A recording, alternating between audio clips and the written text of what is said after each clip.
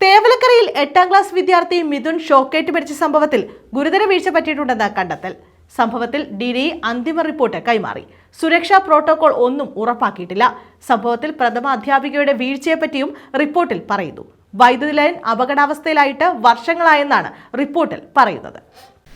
കൊല്ലം തേവലക്കരയിൽ 8ാം class വിദ്യാർത്ഥി മിഥുൻ ഷോക്കേറ്റ് മരിച്ച സംഭവത്തിൽ ഗുരുതര വീഴ്ച പറ്റിയിട്ടുണ്ടെന്ന് കണ്ടെത്തൽ. സംഭവത്തിൽ DGE അന്തിമ റിപ്പോർട്ട് കൈമാറി. സുരക്ഷാ പ്രോട്ടോകോൾ ഒന്നും ഉറപ്പാക്കിയിട്ടില്ല. സംഭവത്തിൽ പ്രഥമാധ്യാപികയുടെ വീഴ്ചയെപ്പറ്റിയും റിപ്പോർട്ടിൽ പറയുന്നു. ലൈൻ അപകടാവസ്ഥയിലായിട്ട് വർഷങ്ങളായി. സ്കൂളിലെ അനധികൃത നിർമ്മാണം തടയാനും സാധിച്ചിട്ടില്ലെന്ന് റിപ്പോർട്ടിൽ പറയുന്നെന്ന് മന്ത്രി V. ശിവൻകുട്ടി അറിയിച്ചു. അവിടെ ഈ സ്കൂൾ തുറന്ന് ഇത്രയും ദിവസമായിട്ട് ഈ കഴിഞ്ഞ 4 വർഷക്കാലമായിട്ട് ഒരു പ്രശ്നമില്ലല്ലോ. നമ്മൾ അത്ര ജാഗ്രതയോടുകൂടി കാര്യങ്ങൾ ചെയ്യുന്നതിൻ്റെ ഫലമായിട്ടാണ്. ഒരു ഭാഗം പിന്നെ ഈ ഉത്തരവാദിത്തമുള്ളവരെ സംബന്ധിച്ചിടത്തോളം എന്ത് തന്നെ ആരെവിടെ തീരുമാനിച്ചാലും ഞങ്ങൾക്കൊരു പ്രശ്നമില്ല, ഞങ്ങൾക്ക് ശമ്പളം കിട്ടും എന്നുള്ള നിലപാടാണ് സ്വീകരിക്കുന്നത്. അത് ഗവൺമെൻറ്റിന് അംഗീകരിക്കാൻ കഴിയുന്ന കാര്യമല്ല. യഥാർത്ഥത്തിൽ ഇന്നലെ ആ കുട്ടിയെ പോസ്റ്റ്മോർട്ടം ചെയ്ത് പുറത്തിറങ്ങിയ ശേഷം കണ്ടപ്പോൾ ഒരു കുഞ്ഞ് ഉറങ്ങി കിടക്കുക.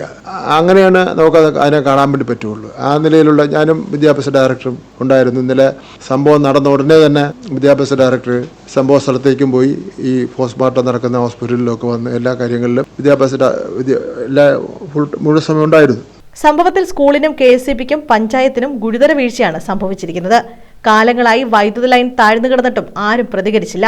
അപായ ലൈനിന് കീഴെ സ്കൂൾ ഷെഡ് പണിയാൻ നിയമവിരുദ്ധമായാണ് അനുമതി ലഭിച്ചിരിക്കുന്നത്. ഈ വർഷം സ്കൂളിന് ഫിറ്റ്നസ് നൽകിയതും മതിയായ പരിശോധനയില്ലാതെയാണെന്നും കണ്ടെത്തി. സംഭവത്തിൽ പ്രഥമ അധ്യാപികയ്ക്കെതിരെ നടപടിയെടുക്കുകയും ചെയ്തു. സ്കൂളിലെ പ്രധാന അധ്യാപികയെ അടിയന്തരമായി സസ്പെൻഡ് ചെയ്യണം. അത് മാനേജ്മെന്റാണ് ചെയ്യേണ്ടത്. മാനേജ്മെന്റ് ചെയ്തില്ലെങ്കിൽ ഗവൺമെന്റ് ചെയ്യും. ഈ നടപടികളൊന്നും ഒരു കുഞ്ഞിന്റെ ജീവനക്കായി വരുന്നൊന്നുമല്ല. മാനേജ്മെന്റ് കുട്ടിയുടെ കുടുംബത്തിന് ആവശ്യമായ ധനസഹായം നൽകുന്ന കാര്യം ഗൗരവമായി പരിഗണിക്കണം. സ്വന്തം വീടില്ല, ഒരു സെന്റോ അങ്ങനെ ഒരു സ്ഥലം മാത്രമേ ഉള്ളൂ.